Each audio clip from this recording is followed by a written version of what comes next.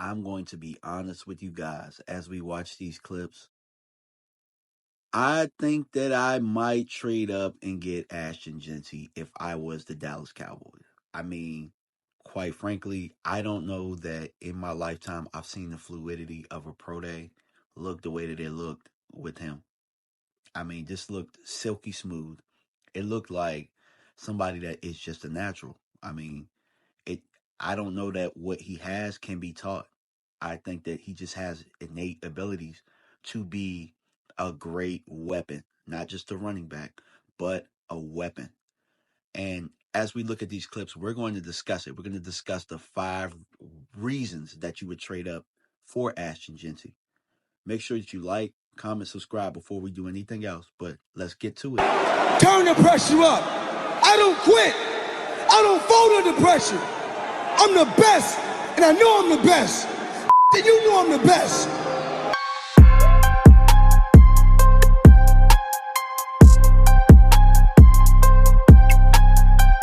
What's going on, Cowboys Nation? It's your boy DMV. Excited to be here, man. Excited to do some content once again because you guys know, man, when you come over here, I'm not going to give you guys any fluff. I'm not going to give you guys any of the BS jargon that you've been getting with your off-season talk. Man, I don't like to give watered down talks, right? But yesterday, I was inspired to do this video because I watched Ashton Jeanty go through drills of his pro day, and we've been waiting for this, right? So I know for me, there are a couple drawbacks to him just doing the pro day. I mean, for me, I wanted to see how he competed against the top guys. I wanted because we did see at the combine some of these guys who we thought were guys didn't stack up in that room the same way against a really stacked running back class. So I really wanted to see him insert his dominance that way. But you also have to understand some things like this, right? He had a longer season than most of those guys. So it might have taken a little bit longer for his body to get where he needed it to get, to move the way that he moved, the way that he did yesterday, in front of the scouts the way that he did. And honestly, going into this, we've been talking about Ashton Jeanty all year. We've been talking about how Ashton Jeanty is probably a top 10 pick. And there's some people out there who don't really value the running back position. So, they're gonna tell you that he should be here, he should be there. I'm here to tell y'all, he's probably one of 2 of the best players in this NFL draft. And I'm going to tell you 5 reasons why the Dallas Cowboys should consider trading up to get Ashton Jeanty, because we know that the Raiders at number 6 is a real threat. All right. So I got 5 reasons. Number 1, his game speed. His game speed just looks different than everybody else's, man. When he's out there playing, I mean, it's just a blur and then it's everybody else. And when you in the college game, I understand that the college speed and NFL speed is different, but when he's running and he's down there, it just looks like a man amongst boys, but he is young. He's a young guy. You know what I'm saying? He has youth. I believe he's 21 years old. You know what I'm saying? So 21 years old, I mean, and doing all of the things that he's doing and dominating the way, I mean, last year he was 20 doing and had crazy productivity. So, I mean, my number 1 point is his game speed just looks different than everybody else. Number 2, his versatility. And I think that that's what he really wanted to show in his pro day yesterday. He wanted to show his ability to run routes, him catching the football, and things of that nature. And I think that he did that. I think that he was able to show you that he can move in space. He's able to do option routes. He's able to, catch some vertical passes. And not just that, but when he catches the ball, you can see the explosion. And I think that a great example of this really is his 2023 tape. And I keep telling people that, right? Between him and Omarion Hampton, if you want to see more shifty, more catching passes, those guys caught a lot of passes in 2023. And the productivity speaks for itself. Last year, I think that he had to show NFL scouts that I am a bell cow and I can be a bell cow. I think last year, if he would have came out last year, you would have looked at Ashton Jeanty as a RB2 that you stack with another running back and you have a good running back room. I think that he made an excellent case for himself as being RB1, and I'm David Ruffin, and everybody else is the Temptation. So I think that was what he wanted to show this year, but the versatility is out of this world, and I think that he was able to show scouts that yesterday. Number 3, durability. Now, I know that a lot of people are like, he has a lot of mileage. He has a lot of mileage. He had a lot of carries. He had a lot of touches in the last couple of years. But what I will tell you is you can't really square him up. And a perfect example of that is Penn State's film. A lot of times they had about 3 guys, 4 guys, like right there that had him dead to rights, and nobody squared him up and hit him the way that he was supposed to be hit. So I think the reason that he got a lot of touches is because he was fresh.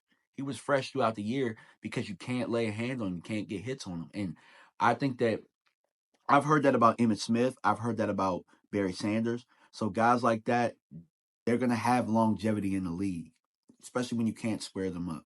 And the contact balance is out of this world. So, shout out to him for that. My number 4 point is his age. I talked about it. He's a young guy.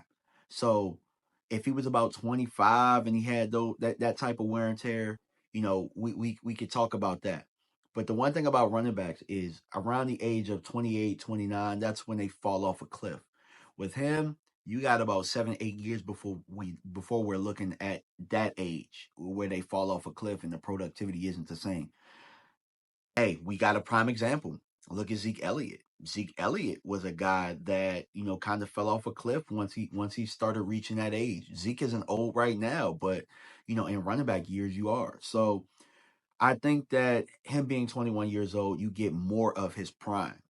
You get more of the prime. And then if you sign him to a second contract, you can sign him to a second contract and you're not really, putting yourself in a position to where he falls off a cliff and you still owe him a whole bunch of money. So keep that in mind. Your boy's always thinking. And then lastly, that impact. Impact should probably be number 1.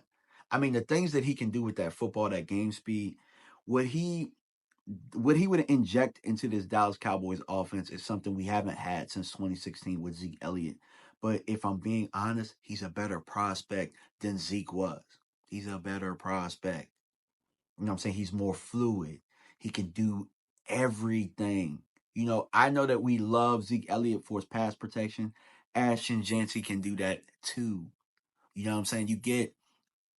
I hate the term Swiss Army knife because it's being overused so much, but there's not a thing that this guy can't do on a football field at the running back position. I'm pretty sure if you had him play another position, he probably got fluid enough hips to play corner or something else too. Probably does, but he got the running back build. So, I mean, you look at him and it's really hard to poke holes in his game. It really is. You know what I'm saying? So when you have a prospect like that, those are the type of guys you go up and trade up for. Typically, you like to trade up for quarterbacks and receivers because of how the rules are. Can't really touch those guys anymore, so you're going to get the longevity. But I think him being young, not being able to square up, and him being able to catch passes out of the backfield with the same type of impact as him running the football, I think that you have to highly consider, is it worth moving up? But there are some cons, right? The cons for me are you'd have to sacrifice some picks, which could be another receiver. But I look at it this way. If he is a receiving threat and he's a running threat, he's a guy that's going to get a lot of touches. You know what I'm saying? He's a guy that's going to get a lot of touches and he keeps your quarterback upright, which Dallas has struggled with over the last couple of years. So you gotta figure out if the juice is worth the squeeze in the picks that you'd have to give up, or if you'd have to give up a player or whatnot. You'd have to look up that as far as the formula goes. Is it worth it? I think he's an instant impact, and I think that if you add Ashton Jeanty to this team right now, it's a playoff team. So if it's worth it to you, go ahead and do it. And number 2, there's gonna be a lot of pressure that comes along with that. Because what it'll be is Ashton Jeanty will be a lot of players. You know what I'm saying? Because you would have had to give up something. And it just depends on how far you got to go up. I think if he makes it past Oakland, sorry, Las Vegas. If he makes it past Las Vegas, if he makes it past the Raiders, I think that I don't know that there's another team that I'd see picking him, but I just wouldn't wait. I just would go get my guy if I love him that much. Me personally, as a prospect, I love him that much, and looking and knowing, and, I mean, trying to poke holes in his game. I mean, I think that you have to highly consider that. Just depending on how the board falls. But appreciate y'all for tuning in, man. Just want to throw this out there. Y'all let me know what y'all think in the comment section. And we out. Peace.